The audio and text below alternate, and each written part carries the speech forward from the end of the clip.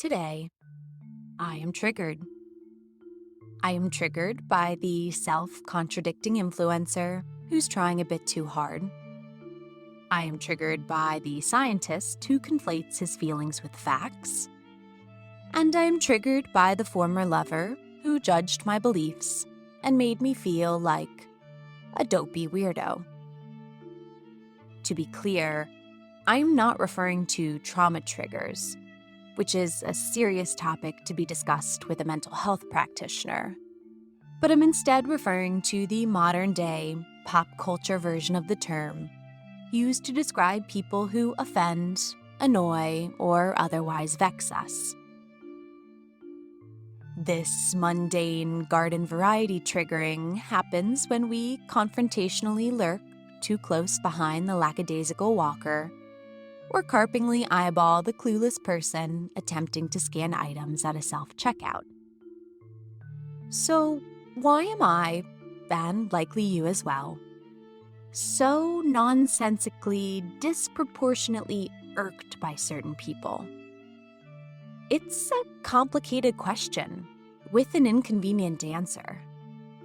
An answer that, in a comical and meta kind of way, will likely trigger you.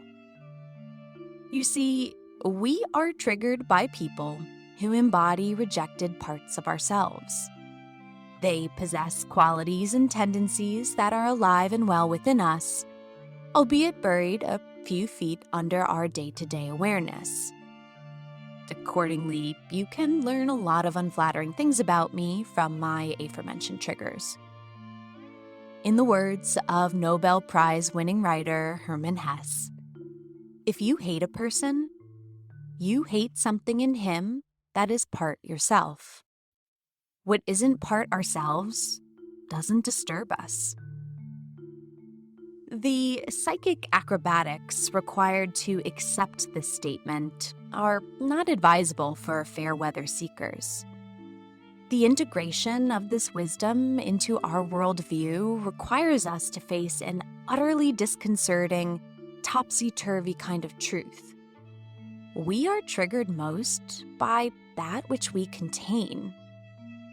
The disdain that we project outward offers a voyeuristic glimpse into our most disowned, unintegrated, and left for dead aspects of self.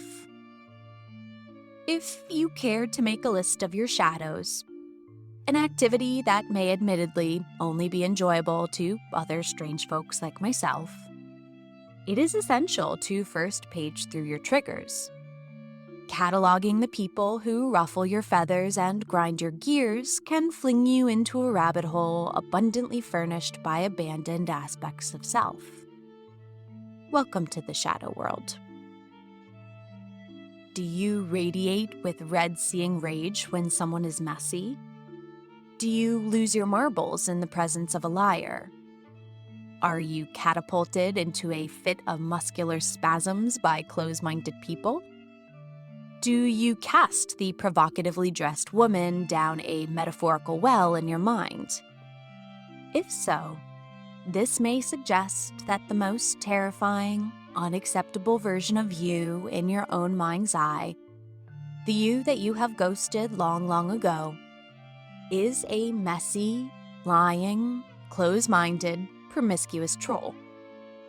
Now, this is excellent information and a tremendous jumpstart on the dragon-laden journey of self-understanding.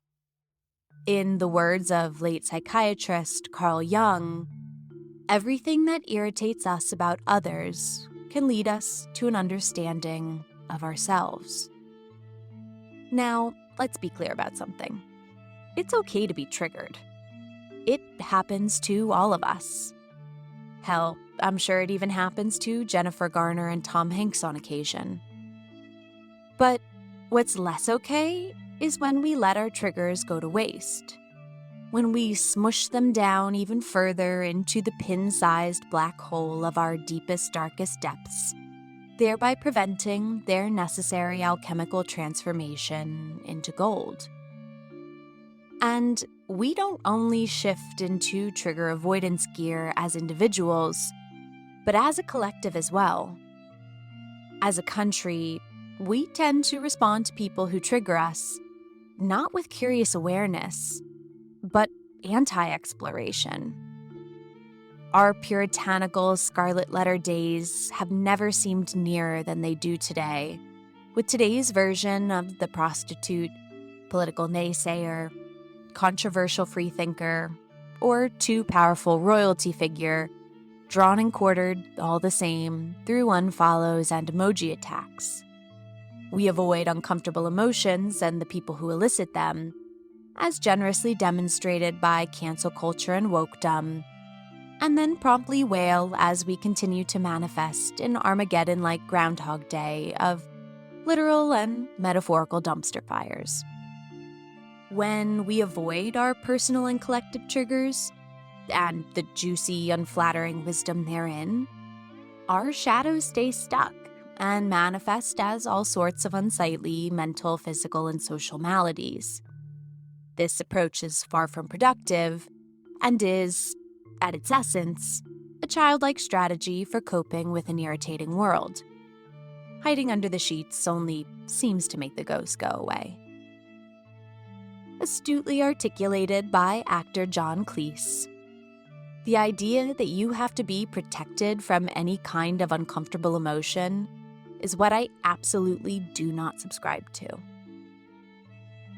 What is far more provocative is to witness the people who trigger us as an inside-out mirror into the parts of ourselves and our society that are a bit muddy. In the same way that I can catapult myself light years ahead in my personal growth process by considering why the braggadocious spiritual influencer jolts me into a judgmental mental jujitsu episode, so too can we as a society transform our shadows by holding space for the inconvenient truths behind our collective triggers. It won't be easy to mature past our visceral reaction of, I don't want to look, and into a mindset of, but maybe just a teensy peek? But it's a worthwhile goal to aspire to. And to be clear, I am not making a novel proposition.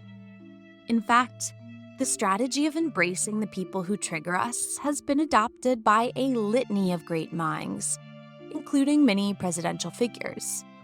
From Abraham Lincoln's, I don't like that man, I must get to know him better, to Benjamin Franklin's, love your enemies, for they will tell you your faults. It is clear that many a wise soul has learned not from those who soothe him, but from those who piss him off. I was once told by a good friend, Jessica, you trigger people. You should know that about yourself. When this seedling was first planted in my brain stuff, it kind of messed me up. I thought to myself, but I don't want to trigger people. I want people to like me. And how could I possibly trigger anyone? How do I make it stop? While reflecting on this comment still makes me a little bit itchy, I now feel a glimmer of pride forming on top of the inflamed ego surface. What it means is that, like it or not, I'm a decent mirror for others. I embody qualities that some have turned their backs to, including a spacious suite of shadowy stuff, but likely some sweet stuff as well. You see, we don't only cast the undesirables into the shadow, but also the personal power of which we are afraid. Our sexuality, ambitions, desires, curiosities, confidence, magic, and the like. Anyone who embodies strong dark or strong light will almost inevitably be a lightning rod for triggering. In the words of Taylor Swift, a fascinatingly triggering character, I might add, people throw rocks at things that shine. It seems there is much we can learn on both sides of the triggering teeter-totter. To conclude this unflattering essay, I will make an appeal to pathos. We can only change that which we accept. To use our triggers as a catapult into light-speed self-discovery, we have to be nice to them.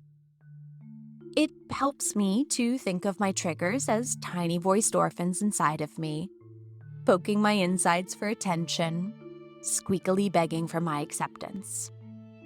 I find this creepy cute personification to be a useful strategy, as I am much more likely to be kind to a dirty, neglected orphan trigger inside of myself than the grown-up version of myself.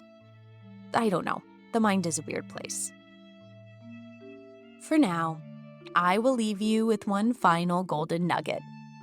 A last attempt to help us reframe our gross, oozy, picked scab triggers with love, provided by a poet far more eloquent than I. In the words of Rainer Maria Rilke, perhaps all the dragons in our lives are princesses who are only waiting to see us act, just once, with beauty and courage. Perhaps everything that frightens us is, in its deepest essence, something helpless that wants our love. An extraordinary notion that perhaps, just perhaps, the people who trigger us most need our love. A metaphor for the love that we can also offer to the snaggle-toothed dragons inside of ourselves.